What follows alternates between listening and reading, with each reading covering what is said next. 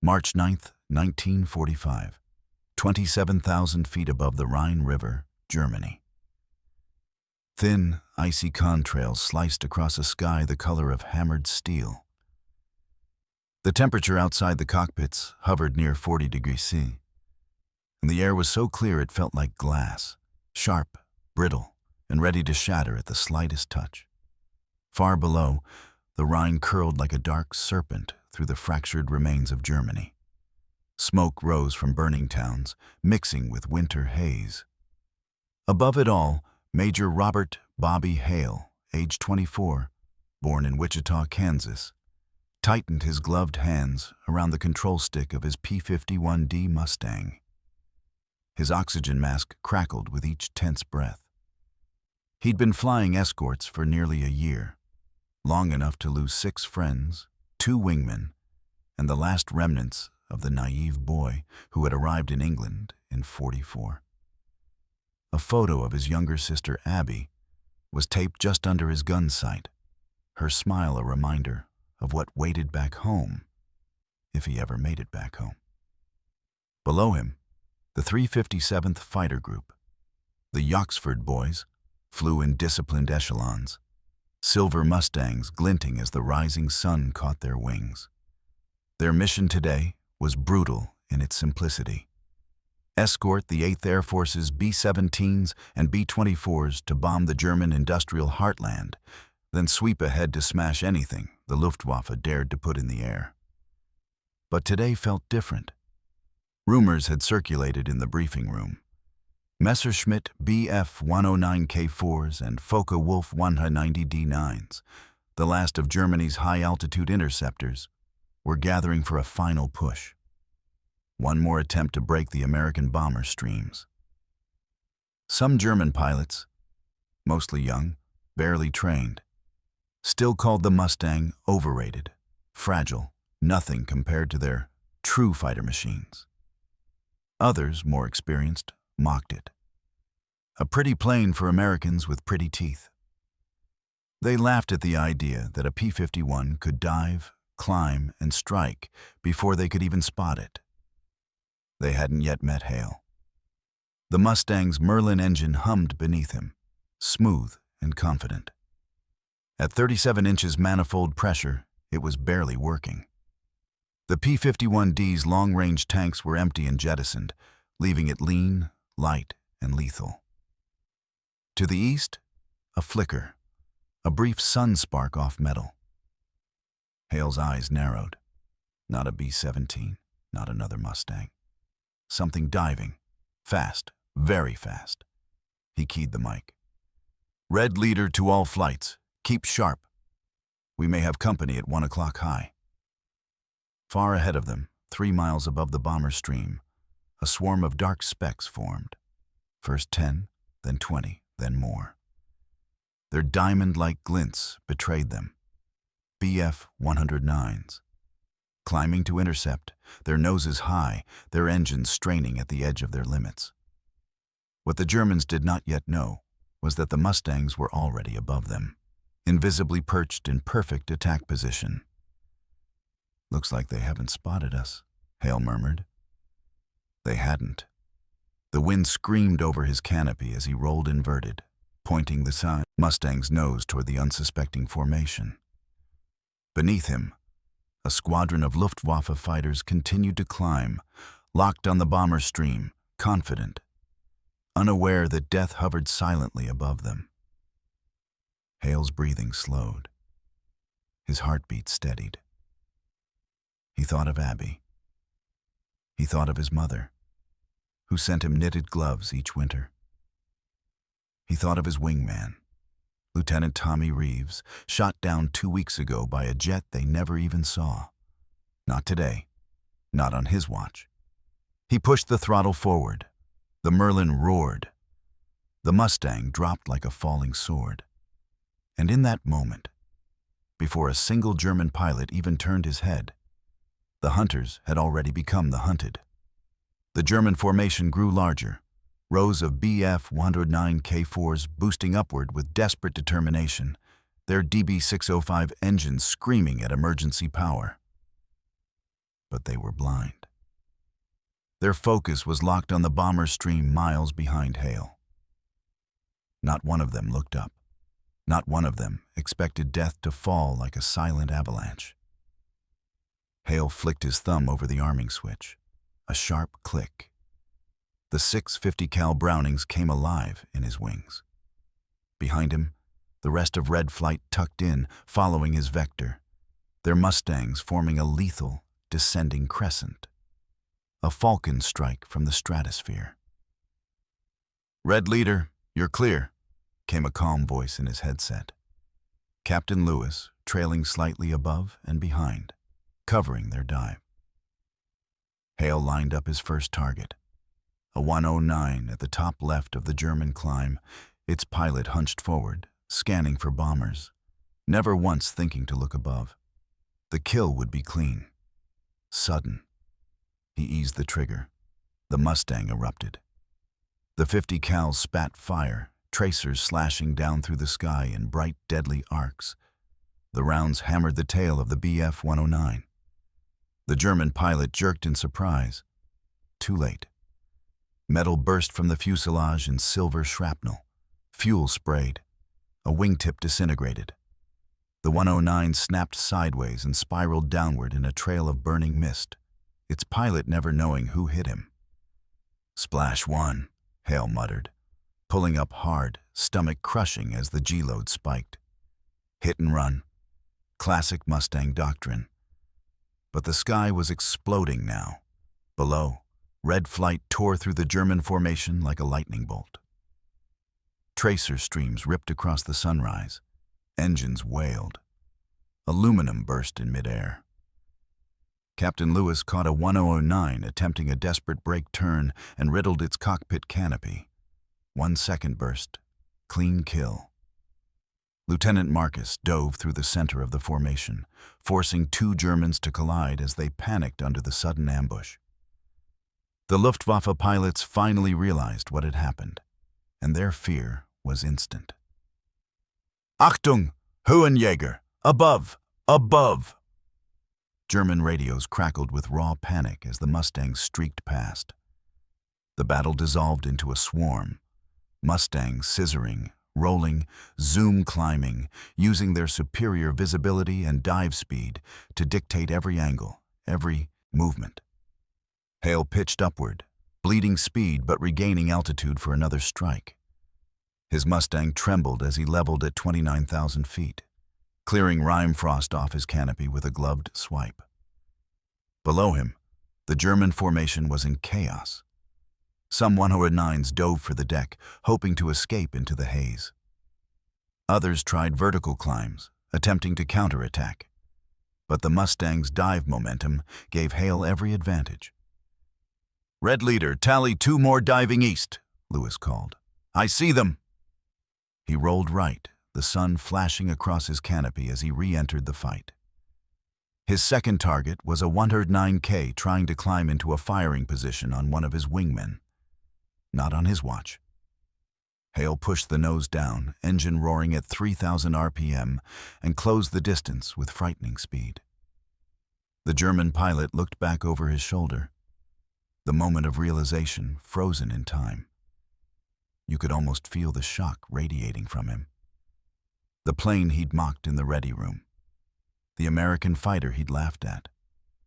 The lightweight Mustang his instructors claimed couldn't stand up to a late war 109. Now it filled his mirror, diving at him like a star collapsing. Hale squeezed the trigger. A 1-second burst. Just one. The 109's engine erupted. Oil blasted across the windshield. Pieces of cowling spun into the airstream. The German fighter rolled over and plummeted, trailing a black, twisting ribbon of smoke. "Another one down," Hale breathed. The sky shook with overlapping battles, Mustangs hammering German fighters before they could even set up a shot. The Luftwaffe's last hopes, their proudest interceptors, were being shredded from angles they never expected. It wasn't bravado anymore. It wasn't mockery. It was survival. And the Germans were losing. Hale pulled back on the stick, scanning the sky for his next target as flak bursts blossomed far below.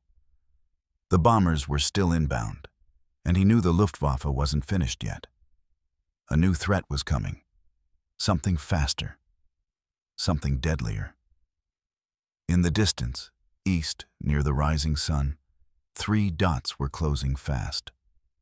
Not 109s, not Doris. These were bigger, sleeker, faster. His breath froze. Jets.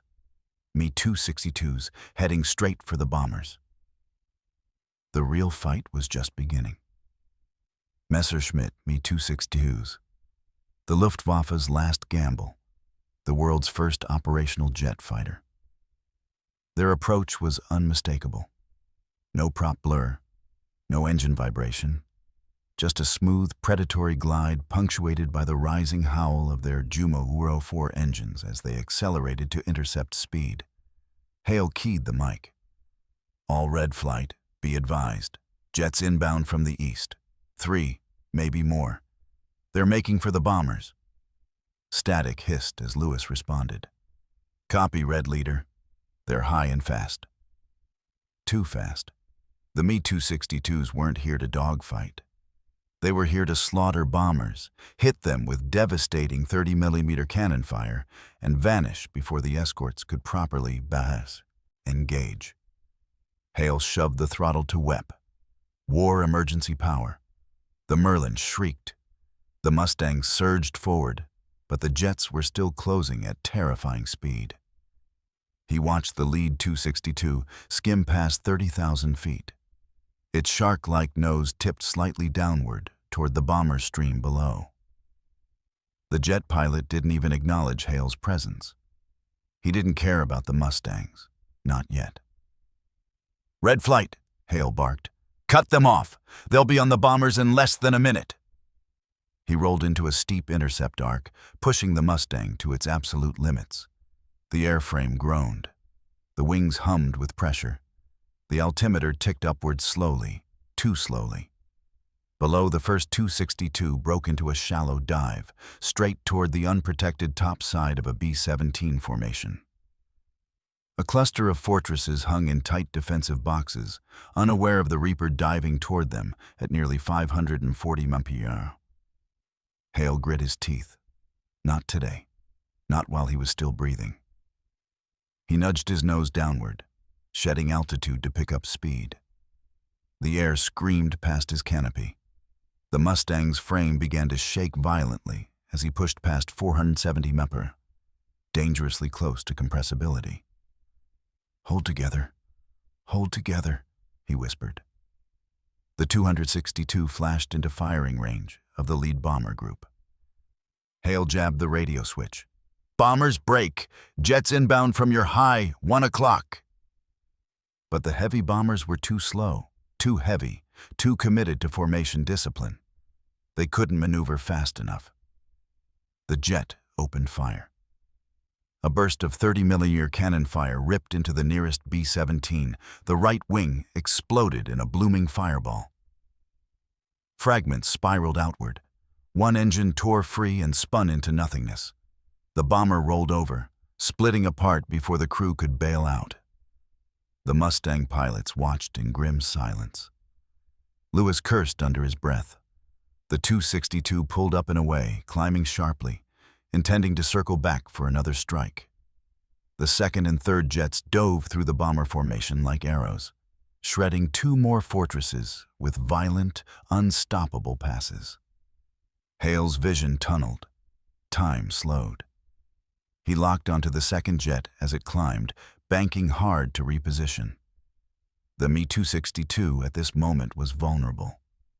Bleeding speed after its pass, engines slow to spool, airspeed low enough for a piston fighter to pounce. This was his one chance. Hale rolled inverted and dove, the Mustang vibrating as the speed built again. His gloves tightened around the stick as the gap between him and the jet narrowed. The German pilot finally noticed. He rolled left, trying to evade, but he was too sluggish coming out of the attack run. Hale pressed the trigger. A stream of 50 cal fire tore through the sky in a sweeping arc. The round struck the 262's left engine. A burst of smoke erupted. The jet jolted sideways, struggling to stabilize as black soot trailed from the nacelle. Hale aimed again. Another short burst. This time, rounds punched into the right wing root. Metal shredded like tissue. A small explosion blossomed inside the fuel cell. The jet rolled, out of control. Inside the smoking cockpit, the German pilot fought the controls, desperate to recover the dying machine. But the damaged jet pitched downward, spiraling like a flaming comet. He ejected. Too late. The parachute never deployed. The Me-262 smashed into the cloud deck below and vanished in a plume of fire. "Scratch one jet," Lewis shouted. But there was no time to celebrate. The third 262, larger, faster, untouched, had circled above the fray. It rolled over into a perfect attack run, lining up directly behind the bomber formation.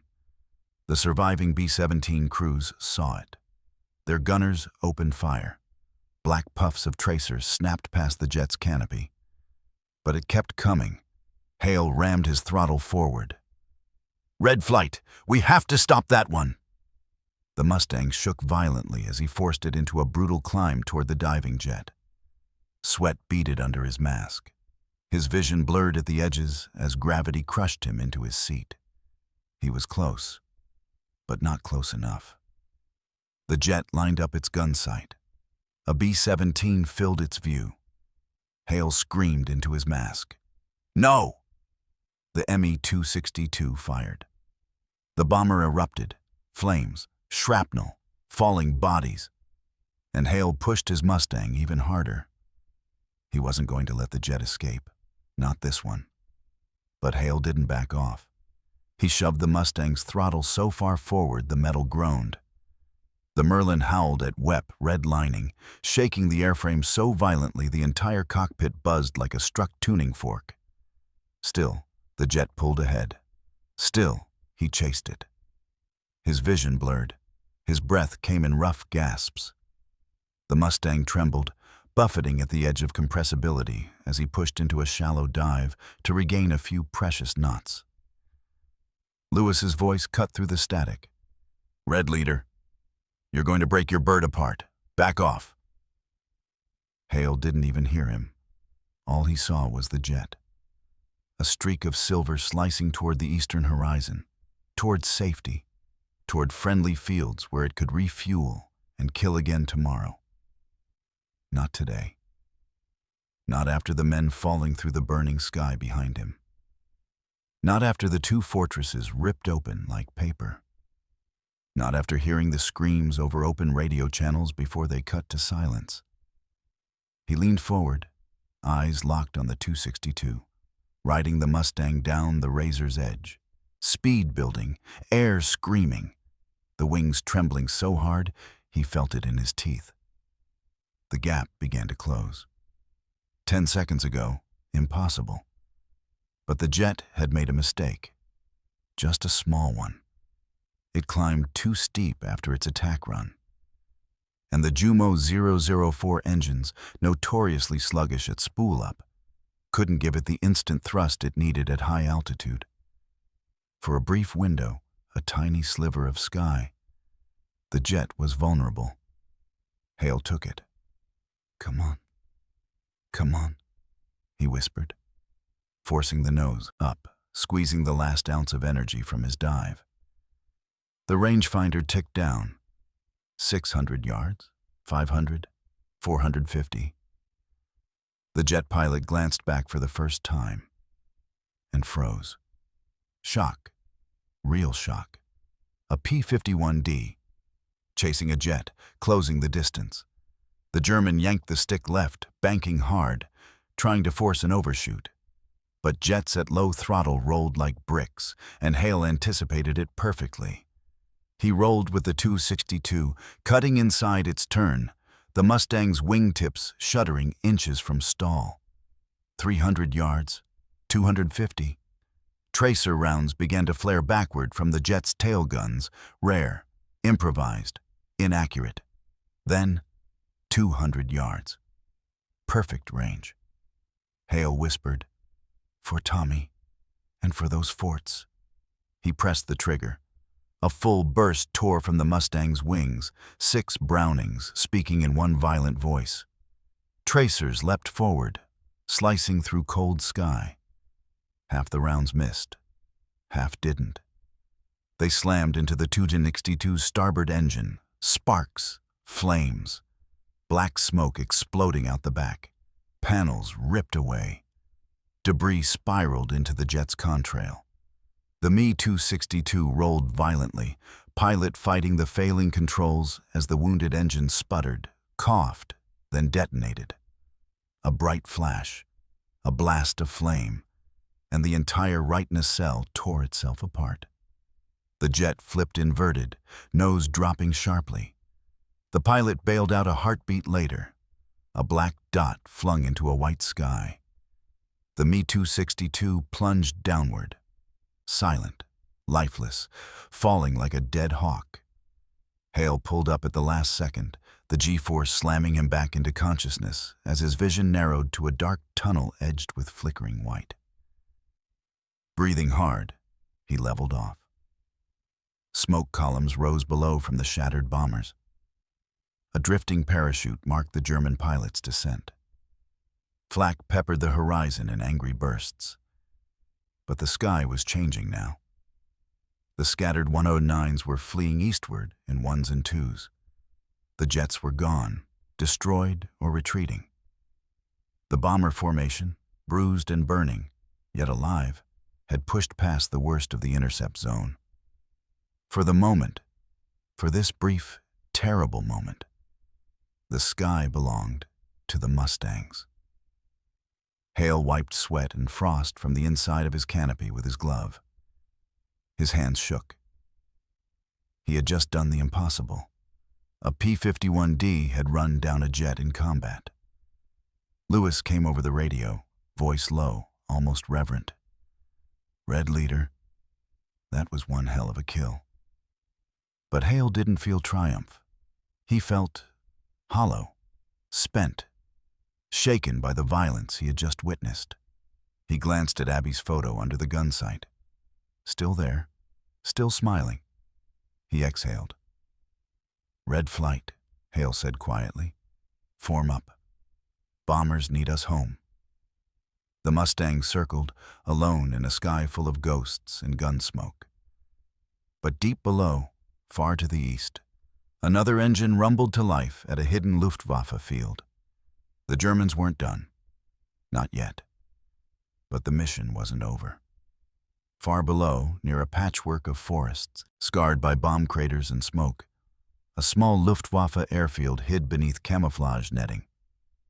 Frozen ground, muddy taxiways, half-buried revetments. And inside one of those revetments, mechanics scrambled around a final operational aircraft, a Focke-Wulf 190D9. The Dora, the long-nosed, liquid-cooled, late-war predator, Germany's last truly dangerous piston fighter. Its pilot, Oberleutnant Karl Dietrich, age 29, from Bremen, zipped up his heavy flight jacket, boots caked in frozen mud. He had flown 312 combat missions, lost 2 brothers, watched his city burn, and today, like every day now, he climbed into his cockpit with the grim knowledge that Germany was dying around him. He had been on standby when the reports came. Mustangs above, ambush, jets down, bombers still inbound. Jets down? Dietrich swallowed hard. If the Mi-262s failed, then the sky truly was lost. He slapped the canopy shut and signaled for startup. The Jumo 213 engine coughed once, twice, then roared awake, blasting mud backward in waves. The Dora lurched forward. Dietrich taxied toward the shortened, half-destroyed strip, lined with wrecked fighters like broken bones. No time for full power checks. He shoved the throttle forward. The Dora bolted down the runway, tail lifting. Trees rushed past. The engine screamed. He rotated just before the runway ended, clearing the treetops by inches. He climbed into the cold morning sky, scanning for the distant columns of the bomber formation. And there they were, tiny silver specks trailing long plumes of smoke and fire, limping home. And above them, glints of polished aluminum, moving with predatory ease. Mustangs. Dietrich tightened his grip. Let them laugh at the Dora. Let them underestimate it. Today, he would show them. It could still kill. 27,000 feet above, Hale scanned the eastern horizon as Red Flight reformed. "Red Leader, you seeing this?" Lewis asked. Hale squinted. Far away on the deck, something small climbed skyward. Slowly at first, then more aggressively. A thin contrail spiraled upward behind it. "Single bandit lifting off," Hale confirmed. "Climbing fast." This wasn't a rookie. Rookies didn't climb like that. This one had skill and intent. The Dora pilot punched through the haze layer and saw the sky above explode with silver aircraft, bomber contrails, and the swirling remnants of battle. And he saw Hale's Mustang. He rolled left, clean, smooth, precise. Every movement practiced through years of brutal combat. The long-nosed 190D pointed directly at the Mustangs from below. A predator coming uphill. Hale frowned. "Red Flight, keep altitude. He's trying to drag someone down." That someone was Hale. Dietrich built speed using a shallow climb, nose pointed slightly off angle to mask his true vector. His engine roared at combat power, and his Dora cut through the sky with a grace no Mustang had ever matched in a climb. Hale kept him in sight. "Lewis, break left and stay high. Marcus, cover the bombers. I'll take this one." "Copy," came the replies, though tinged with concern. Hale eased his throttle, letting the Dora approach, closer, closer. Then the German pilot made his move. The Dora snapped into a steep climb, rolled over the top, and dove straight for the Mustang's 6 o'clock position. A perfect high-side attack, masterful, deadly. "Brake, Bobby," Lewis yelled. Hale rolled right, hard. The world spun. A burst of 20mm tracers raked the air inches from his wingtip. The Dora slashed past in a blur of brown-green camouflage and long, deadly nose. Dietrich pulled up into a climbing spiral, trying to force Hale into a scissors fight where the Dora excelled. Hale steadied the Mustang. This German wasn't like the others. This one knew exactly what he was doing. And he was coming back around. Dietrich reversed his climb and dove again, pushing the Dora to compressing speeds, the engine screaming as he lined up Hale's Mustang. The German's control inputs were flawless. The man was fast. Faster than Hale expected. Faster than most Doras. Hale yanked the Mustang into a vertical roll, energy bleeding fast, engine groaning. The Dora clipped his wake turbulence, wings fluttering, nose shaking. But Dietrich corrected instantly. He was good, very good. But Hale had not survived a year in the skies of Europe by luck. He had one trick left, a trick he'd learned watching a veteran named Tommy Reeves before Tommy died in flames 2 weeks ago. A trick that depended on timing.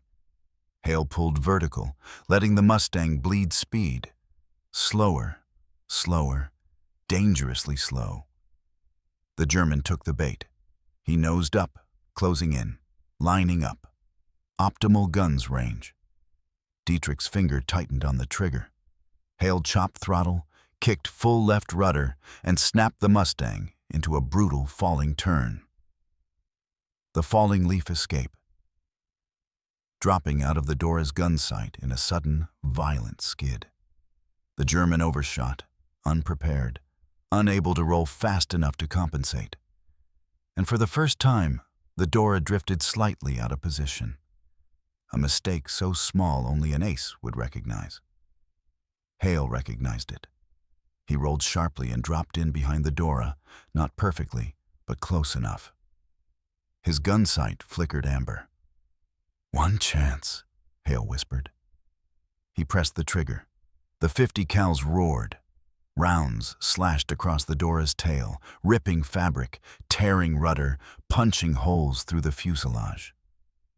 The German jerked the stick, but the damage was done. The plane shuddered violently.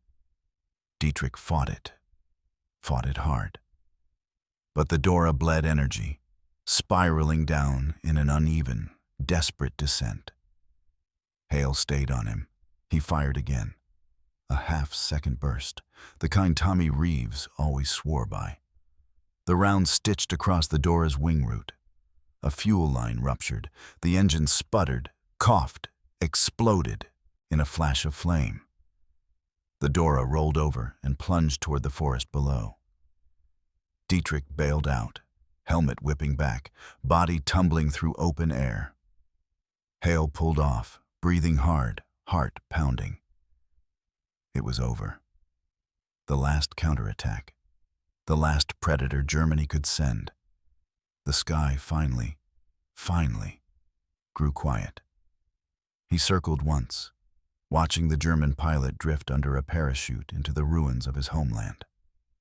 Then, "Red leader, bombers are turning for home. They need escort." Hale straightened. "On my way." He took one last look at the smoke rising below, then pushed the throttle forward. The Mustangs turned west, toward home, toward England, toward the end of the war.